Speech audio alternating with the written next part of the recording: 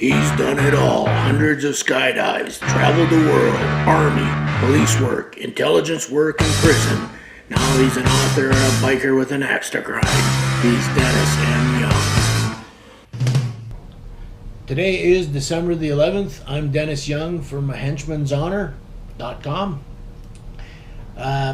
On the advice of Alex Jones, who advised that everyone should start a blog, do YouTubes, get information flowing and going out there, I went out and spent a couple $100 on audio, and I wrote this book, so I'm going to start audio blogging, and well, let's go. This is episode number 1. So we're going to talk about the Iranian nuclear solution, and I believe there is one. And I don't know why. Maybe they've already seen this. I think they have. But anyway, let's explore. So I would have voted for Trump if I was an American, but I'm really concerned about his tired old anti-Iran saber rattling. Trump is about to be given credit for something that might already be done. In the 1950s, Iran lived like us. They sang, they drank, they danced, they wore Western-style clothing. They were basically a Western culture with Islamic, Muslim influence, and there's nothing wrong with that. It was the U.S. government who destabilized Iran and started serial overthrowing their governments the way they have with the rest of the planet and the Muslim world in particular. The solution to many problems is to look into a mirror, and that's what I'm saying to America. You got to look at yourself and say, what did we screw up here? But governments seldom do that. What they do is they just double down on stupidity, bombing, and of course rhetoric. That's why Iran has been 6 months away from getting a nuclear bomb ever since I was a kid. In the 70s, 80s. It was all about Iran is so close to getting a nuclear bomb. What are we going to do? Here we are, 2016. They're still 6 months away. It must be a government job.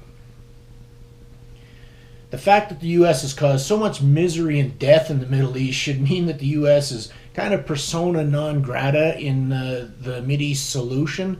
I mean, really, we'd be asking a serial killer to make peace with his victims. It amounts to about the same thing. The use of force solution, the U.S. bombs, has thankfully become impossible due to the acquisition of the Russian S-400 area denial system. We should all celebrate this system, and I'll get to why. This system can shoot down anything from a drone to an aircraft to a ballistic missile. It's so fast that it can strike with little or no warning. Iran now has the S-400 system supplied by Russia, and may soon have the newer S-500, which is a further faster S-400. This is why the latest missile strike on Syria by the Israeli Air Force was launched over Lebanon, and they launched into Syria. They wouldn't go into Syria because of that S-400 system. They would have been shot down. They know it. And to make matters worse, what Iran, to be clear, Iran has the S-400. Syria has the S-300, which is an older, dated system, and the Israelis will not mess with that system. Never mind the S-400 and the oncoming S-500, which is, it's leaps and bounds ahead of anything that Israel or America can even deal with. So we're way ahead in the technology game here. If the U.S. cannot solve the problem of Iran having nukes, then what's the scenario? Who can solve it? So Russia has had wars with Iran and still suffers from the threat of Islamic terror. They want Iran to have nuclear warheads about as bad as the West does, or even worse because of proximity. Russia has also proven to be a responsible holder of nuclear arms. They have not launched one. They've had them just post-World War II, and, well, time tells. So here's the solution.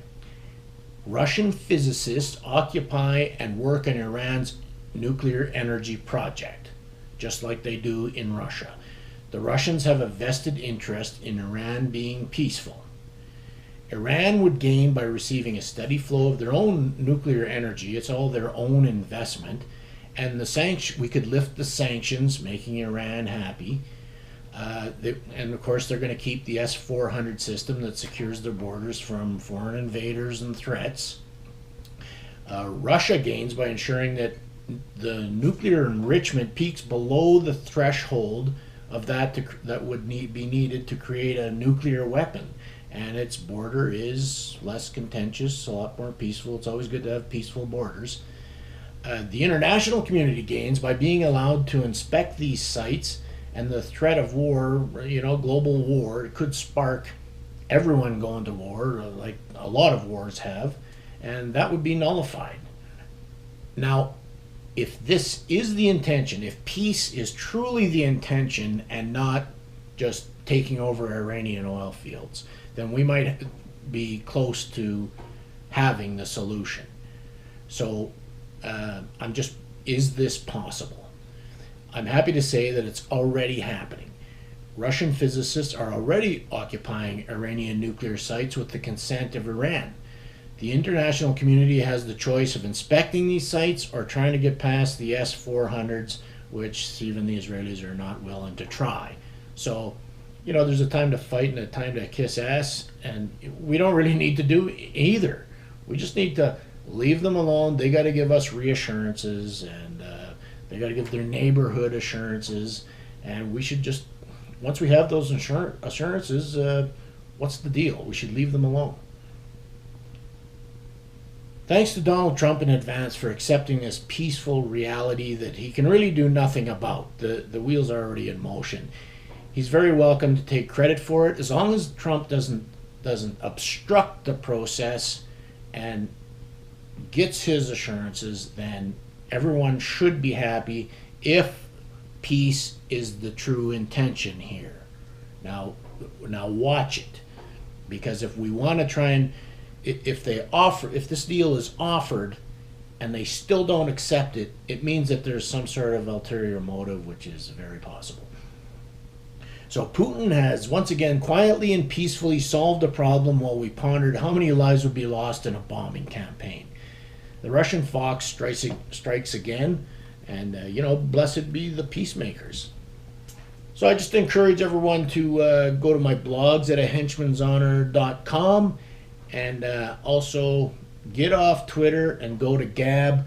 The reason you should leave Twitter is the same reason you left the mainstream media. Everyone's left the mainstream media. And Twitter is pulling the same garbage. Therefore, logically, follow your own advice and leave Twitter. Go to Gab. I'm Dennis Young for A Henchman's Honor.